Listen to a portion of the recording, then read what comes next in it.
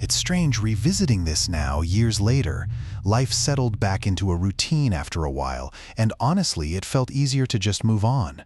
But I was sorting through old photos the other day and stumbled across some from that trip, and a lot of details came rushing back.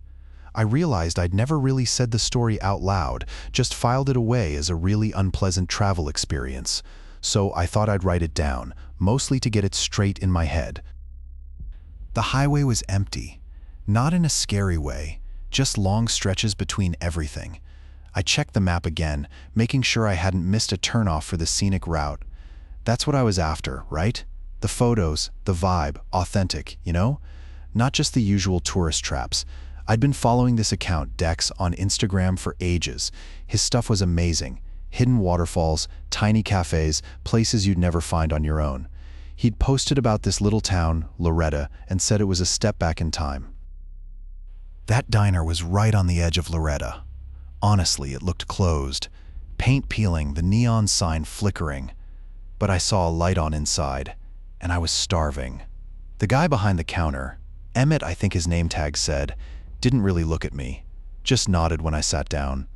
I tried to make small talk, asked if he'd lived around here long. Nothing, not a word, just wiped down the counter, really slowly, like he was polishing ghosts. I figured maybe he was just quiet. Some people are. I ordered a coffee and a slice of pie. He brought it over. Didn't say a word, didn't even make eye contact. It was good pie though, apple, homemade probably.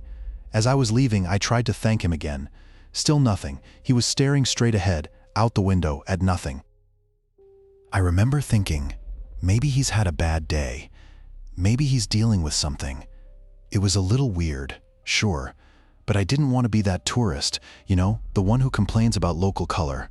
I left a big tip, just in case. Driving away, I glanced back. He hadn't moved, still just staring. I chalked it up to small-town life. People just are different out here. It's part of the charm, right? I needed to get to the motel before dark. Dex had recommended a place and said the owner, Vera, was a sweetheart. The motel was faded. Not run down exactly, just tired. Vera was there, though. She was exactly as Dex described, small, with a cloud of white hair and the kindest eyes. She kept calling me dear. It was nice. It was also a lot. She just talked and talked while she checked me in, mostly about the garden, the roses, specifically. She offered me a cutting. I unloaded my stuff, trying to remember if I'd locked the car. I think I did, probably. I changed the route to Loretta on my phone and saved it offline, just in case. I told Vera I was excited to explore and mentioned Dex. Her smile didn't quite reach her eyes. She said, "Oh, Dex. He brings us a lot of visitors, doesn't he?" It wasn't a question. Later, walking back to the office to ask about dinner recommendations, I saw a truck I recognized, dark blue, lifted. It was Emmett's. It was parked around the back, facing away from the road. He wasn't in it. I stopped, pretending to look at the flower beds. Vera's roses were incredible. I felt exposed. He shouldn't be here. He works at the diner, and it's miles from here. Maybe he lives here. Maybe Loretta is bigger than it looks. I asked Vera about restaurants. She just kept talking about the roses. When I finally got away, I didn't walk straight back to my room. I walked past the truck, slowly. It was locked. I felt ridiculous checking, but it was definitely locked. I even peeked in the window, empty. I went to my room and triple-checked the deadbolt. I started making a list of towns between here and anywhere else. I'm good at road trips. I can just disappear if I need to. It's fine. I'm probably overreacting. It's just a weird coincidence. He probably just likes roses too. I didn't sleep. Not really. Every creak of the motel settling, every car that passed on the highway felt directed, like they were waiting for me to react. I was out before sunrise, packed and in the car, ignition on. I hadn't even bothered with coffee. Just wanted to go. Vera was outside, watering those ridiculous roses. She waved too cheerfully. It was the wave that did it. It wasn't a friendly wave. It was observational, like she was ticking off a box. I floored it. Didn't even look back. Just focused on getting out of Loretta, getting back to the interstate. About 10 miles down the highway, I realized I'd left my backpack, my good backpack, the one with my camera and all my travel journals. All my backups. Stupid, stupid, stupid. I almost turned around. Almost. But then I saw it. A black truck like Emmett's backing out onto the highway, heading in my direction. It wasn't going fast, but it wasn't slowing down either. Just steady. I gripped the steering wheel. It wasn't Emmett, though. Different plates, but the same unsettling presence. I pressed the gas. Then the tire blew. Just like that. A massive bang and the car swerved, heading for the shoulder. I wrestled with the steering wheel, managed to avoid rolling, but ended up half in the gravel. The truck was getting closer. I fumbled for my phone. No signal, of course. A man in a work shirt, Hector, pulled up in a pickup. He helped me change the tire, barely speaking. He kept glancing at the highway at the approaching truck. "You shouldn't be here," he mumbled, tightening a lug nut. "Not alone." He didn't say why I shouldn't be there, just that I wasn't safe. The truck passed us, slow, the driver hidden behind tinted windows. Hector didn't meet my eyes. He just handed me the spare and said, "Get going, now." The spare tire got us to the next town, a place called Havenwood. It felt ironic. Hector hadn't taken any money for the tire, just kept repeating, "Don't stay." I called a mechanic, a guy named Clark. While he worked, I started scrolling through Instagram, trying to feel normal. That's when I saw it. A post from Ray, a girl I'd met on a hiking trip in Peru last year. She'd been traveling solo in the same area as me, just a few weeks before. The caption was all sunshine and wildflowers, but the comments were filled with worried emojis and questions about why she'd suddenly stopped posting. One comment, from her sister, said Ray hadn't been heard from in over 1 month. My stomach dropped. And then I remembered. Ray had been talking about wanting to do a local immersion experience, something off the beaten path. She'd mentioned a guy who organized these things, a photographer really good at finding hidden gems. Emmett, it clicked. I tried calling Ray's sister, Loretta, but got no answer. I dug through my messages, found a conversation with Emmett from a few months back. He'd offered to connect me with people in the area I was heading to, all authentic experiences and local guides. I'd politely declined, thinking he was just being overly helpful, a bit of a networker. Now, Clark finished with the tire. "You shouldn't be trusting people who offer you things for free when you're traveling alone," he said, wiping his hands, "especially not out in the sticks." It felt like he was looking right through me. I decided I needed to see Emmett, confront him. It was a terrible idea. I knew, but I needed to understand. I drove back toward the motel, the rose gardens seeming even more sinister in the fading light. His truck wasn't there, but a different one was parked in front of Vera's little house, a police cruiser. And Vera was on the porch, talking to an officer. They both looked up as I pulled up. Vera smiled. The officer nodded at me, a sort of weary acknowledgement. Vera just kept smiling. It wasn't a kind smile. It felt practiced. I asked about Ray. The officer said they were looking into a missing person report, filed by a friend. Ray had been there for 1 week, apparently, staying at the Pine Ridge cabins. Emmett had recommended them, according to the report. I drove to the cabins, a cluster of rough-hewn wood buildings further up the highway. They were deserted. The manager, a woman named B, said Ray checked in, seemed nice enough, then just didn't check out. B hadn't thought much of it because people skipped sometimes, but then the police came asking. B mentioned Ray had been taking a photography workshop with Emmett. That made my stomach drop. I remember scrolling through Emmett's Instagram before my trip. There were all these stunning shots of women seemingly spontaneous but posed. He was good, really good, and he always tagged the location. These obscure spots, as if he wanted people to find them. I thought he was just a passionate artist, sharing hidden gems. Now I wondered if he was collecting something. I kept replaying the conversation with Clark, the mechanic. Don't trust people who offer things for free. Emmett hadn't offered me anything directly, but he'd offered Ray a workshop, a chance to capture the real beauty of the area, he'd said in one post. It seemed like he targeted women who traveled alone, who were looking for something more. Maybe Ray had gotten too close to something she wasn't supposed to see. I haven't booked a solo trip since. I still travel, but always with someone. I was at the grocery store last week, reaching for a jar of olives, the kind with pimentos, and for a split second, the red of the pimentos looked like something else. Like tiny, watchful eyes. I blinked. Olives, just olives. But I had to look again.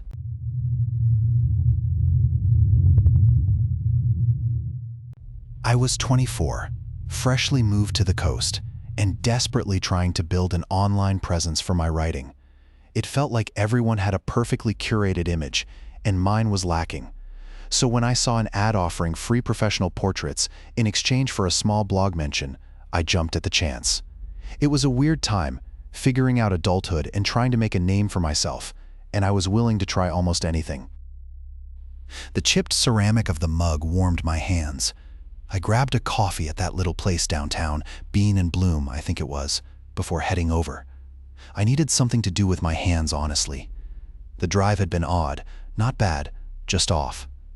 That smell was faint, like someone had spilled potpourri in the vents, but floral, almost sickly sweet.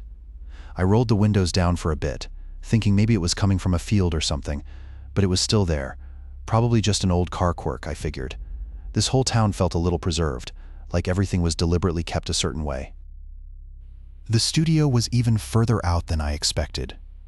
Past the antique shops and into a residential area that looked like it hadn't been updated since 1950. May, the photographer, was really enthusiastic. She had a lot of energy. And her assistant Cal was quiet, mostly just moving equipment around. May's voice was familiar. Not a voice I knew exactly, but the cadence, the way she phrased things reminded me of Mrs. Hawthorne, my third-grade teacher. That was ridiculous, of course. Just a coincidence. So, you're a writer, right? That's fantastic. We love working with creatives. May was gesturing with a reflector, her smile wide. We're building a whole portfolio of local faces for the website. It's all about community, you know? Cal, while setting up a light, kept glancing at me. Not staring, but assessing. It wasn't unfriendly, just intense. He paused a couple of times mid-movement, like he was trying to remember something. I chalked it up to professional focus. He was probably trying to figure out the best angles, the best lighting. It was his job, after all. Still, it felt like more than that. After the photos, May started talking about retouching. She said she wanted to send me proofs and get my approval. Cal was quiet, like always meticulously cleaning lenses. Then May mentioned needing a few lifestyle shots, just to round out the portfolio.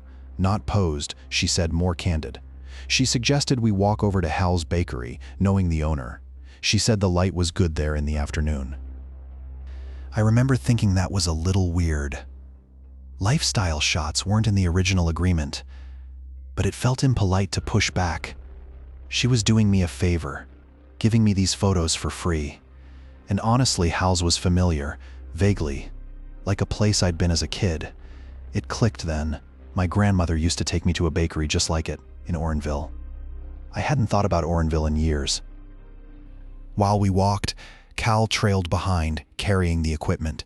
He kept looking at the buildings, not at them, more through them, like he was remembering where things used to be, and the scent, that same cloying sweetness, was stronger.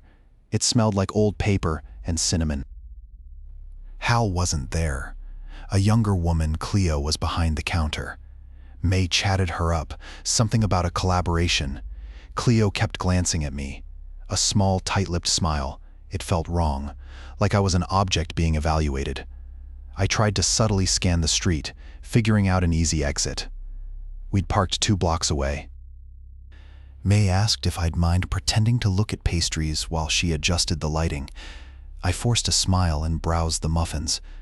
Then I saw him, Vaughn, standing across the street, leaning against a car. I hadn't seen Vaughn since everything. He wasn't looking at me, but I knew. He knew. Suddenly, it all felt less like a photo shoot and more like a setup. Maybe May didn't just find my profile online. Maybe someone told her about me. Maybe this was about Vaughn. He always was trouble. And then Cleo was bringing out props. Not hats or scarves, but clothes, actual outfits. Just to get a variety of looks, she said. But the way she held them, folded perfectly, felt wrong. like she was expecting me to already know what to wear. One was a faded blue work shirt, the kind mechanics use, and jeans, old, worn jeans. That's when I saw him, Hal, standing across the street near the hardware store. He hadn't seen me yet, or wasn't letting on. It was unnerving. He hadn't changed much, still hunched, still with that same ratty beard. I hadn't thought about Hal in years, not since I left Oakhaven. "Everything all right?" May asked. She was adjusting the lighting, seemingly oblivious.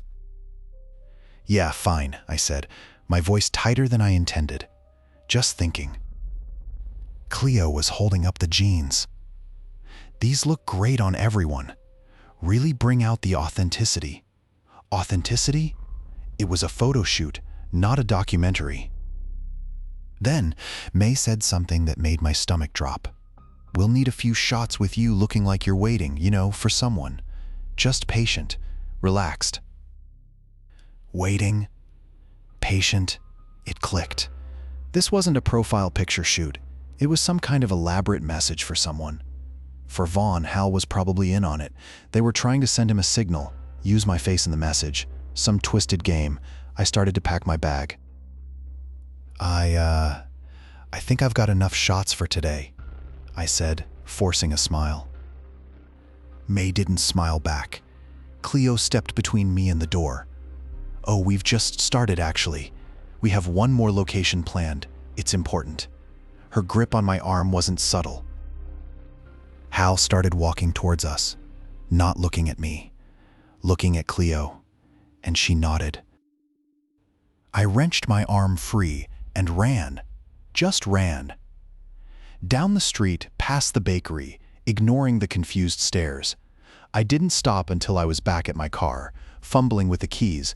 As I peeled out of the parking lot, I saw Hal get into a dark sedan, and Cleo was behind the wheel. The highway hypnosis didn't really break until I hit the city limits. I kept replaying the image of Cleo driving, Hal in the passenger seat. It wasn't random. Not at all. They were working together, but for what? I told myself it had to be some kind of elaborate prank. A really messed up, invasive prank. Maybe a local thing? Small towns can get weird. I drove straight to the police station. I figured at least a report. Something official.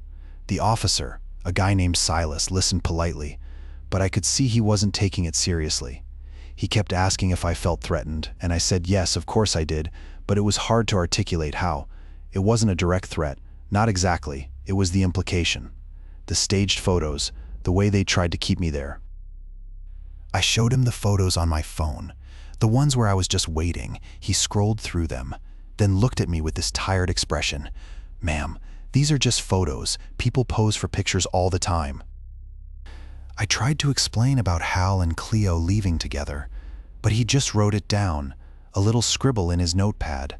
Then he asked if I knew either of them. I said no. Then he asked if I had any enemies. Enemies. It felt ridiculous. I started recording a video on my phone, explaining everything, trying to cover all the details, thinking if I had a clear, documented account, someone would believe me. I was halfway through describing the bakery, the way the light fell, the specific way Cleo had asked me to angle my head, when my phone died. Just died. Fully. I hadn't even had a low battery warning. I tried plugging it in, but nothing. It was completely unresponsive. That's when it hit me. It wasn't a prank. It was someone trying to send a message, and they knew how to reach me, how to get my attention. They knew someone from my past was still watching, someone who would recognize those photos, someone who wanted me to know they hadn't forgotten. It had to be Vito. It had to be after all these years. I spent the next few days mostly inside my rented cabin, jumping at every sound.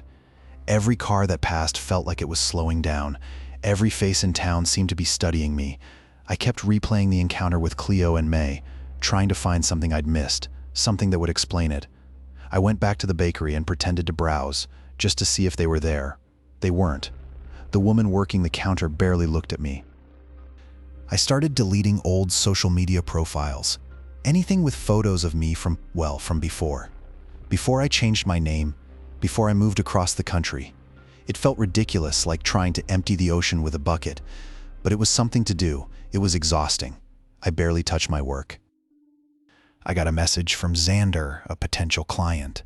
He'd found me through a freelance site and wanted to discuss a project, a series of lifestyle shots for his new organic soap company. He offered to pay a premium for someone who could capture authentic moments. It sounded normal, too normal. I almost ignored it. But the money was good, and I needed it. I called him, and we talked for almost 1 hour. He seemed genuine and enthusiastic. He even mentioned he'd been following my blog for a while. I agreed to meet him at a park on the outskirts of town for a quick consultation. Before I left, I checked the park's website. There was a local photography club meeting scheduled for that afternoon. Maybe that's what it was. Maybe Cleo and May were involved with the club. Maybe they were just enthusiasts. I told myself it was a coincidence. I told myself I was letting Vito, or whoever it was, get to me. I always check for scheduled events now before I agree to anything. Always. It's cost me opportunities, definitely. Friends, even. But after that, I can't just show up. This morning, I saw a flyer taped to a telephone pole. A headshot slightly blurred. Underneath, in simple black lettering, "Have you seen Kira?"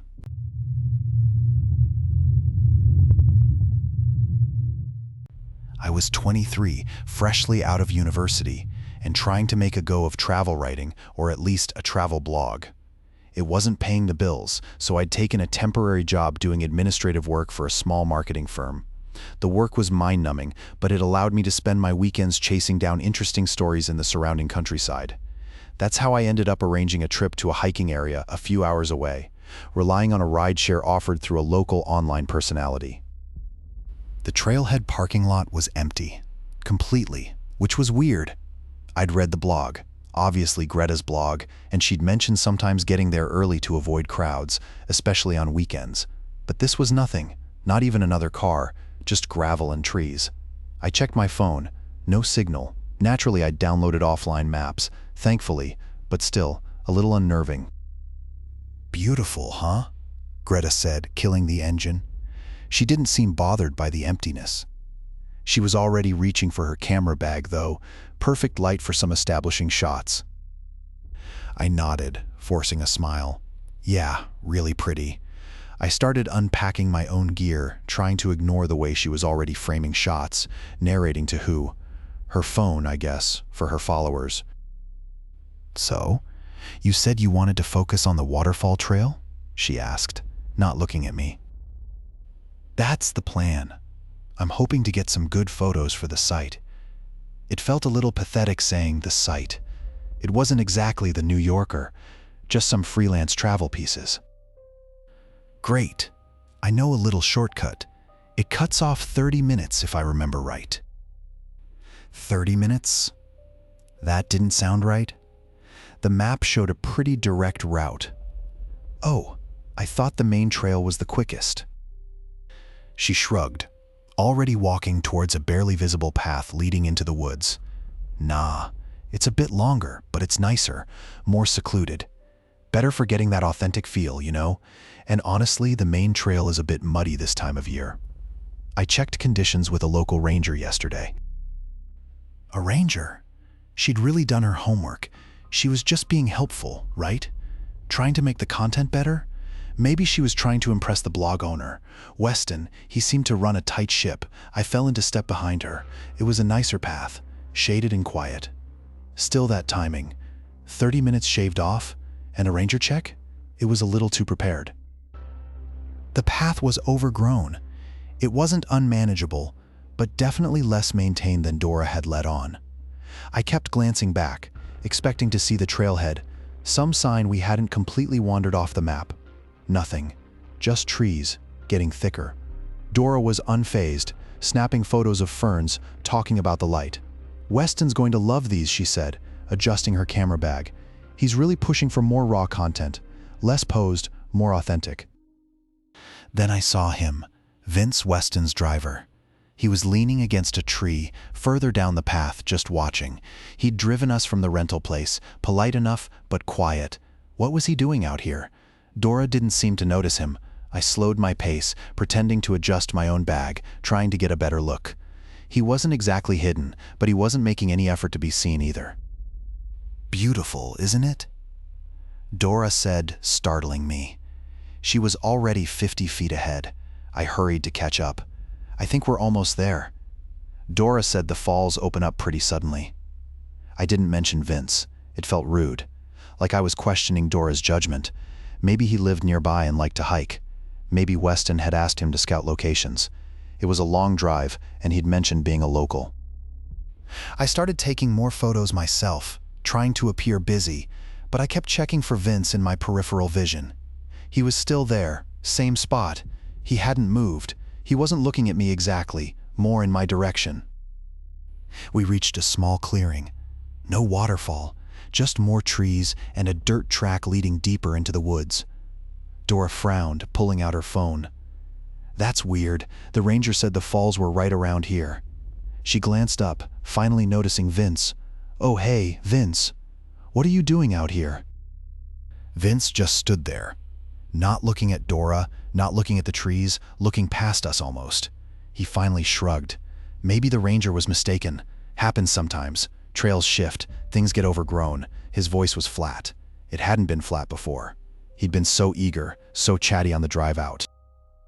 Dora was still trying to get a signal, no luck. "Okay, well, maybe if we backtrack a little." "No need," Vince said, too quickly. "There's another way to the falls, a shortcut, a little rougher, but faster." He started walking, not towards the way we'd come, but deeper into the woods, along that dirt track. He didn't ask if we wanted to follow. I hesitated. It felt wrong. But Dora was already moving, saying something about getting the shot before the light changed. I glanced at Vince. He wasn't looking at us. He was checking his watch over and over. The shortcut wasn't a path, really. More like a deer trail winding through dense undergrowth. It was claustrophobic, and the trees blocked out most of the sky. Then Vince stopped, and he didn't say anything about the falls. He just turned off the engine. "What's wrong?" Dora asked. He didn't answer. Instead, he reached into the glove compartment and pulled out a small, metallic object. It glinted in the dim light. It took me a second to realize it was a pair of handcuffs. He was looking right at me. "I think," he said, his voice still flat but with something else underneath. Something cold.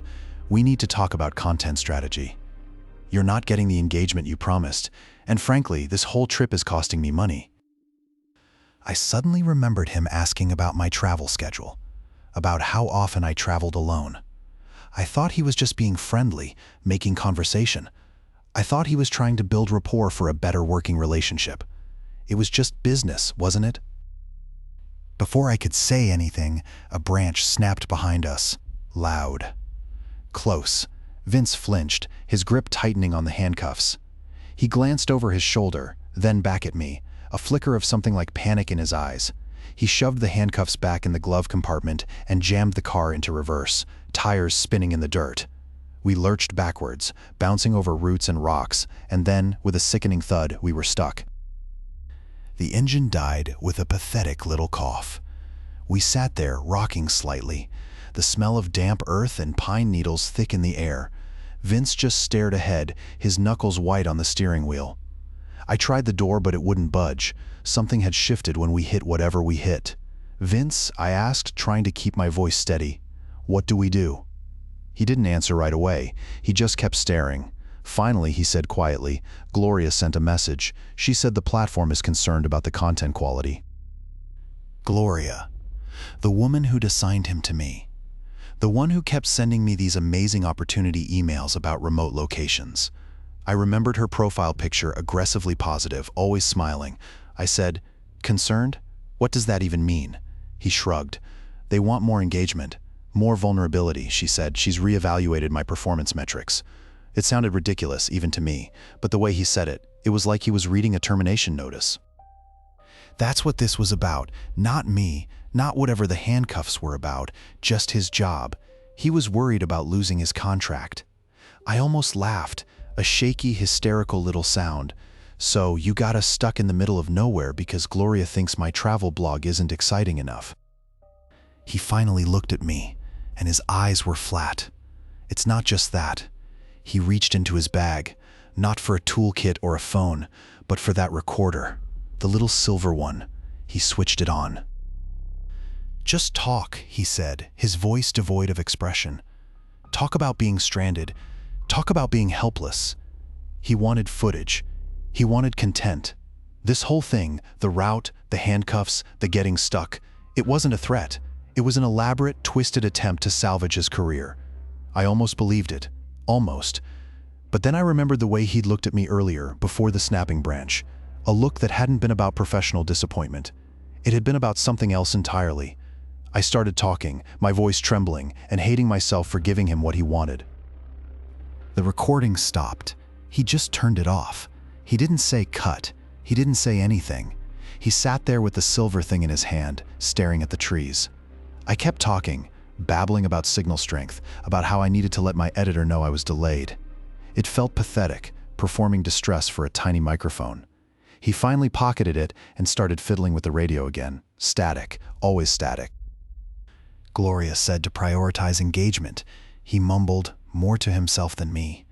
Gloria. That was the platform manager, the one who'd approved the trip. She'd sent me a welcome email, a little generic thing about expanding our reach.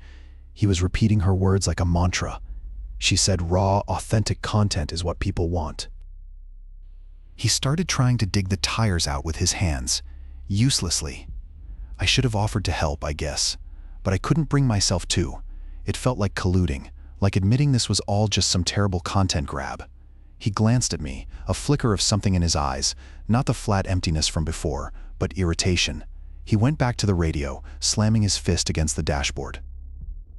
I started thinking about the initial email, the way they'd pushed this location specifically. Untouched wilderness Dora. Think of the visuals.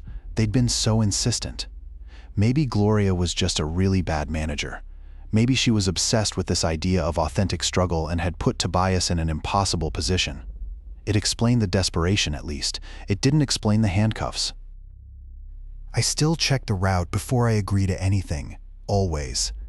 I pull up satellite view, look for turnoffs for places a car could easily get compromised.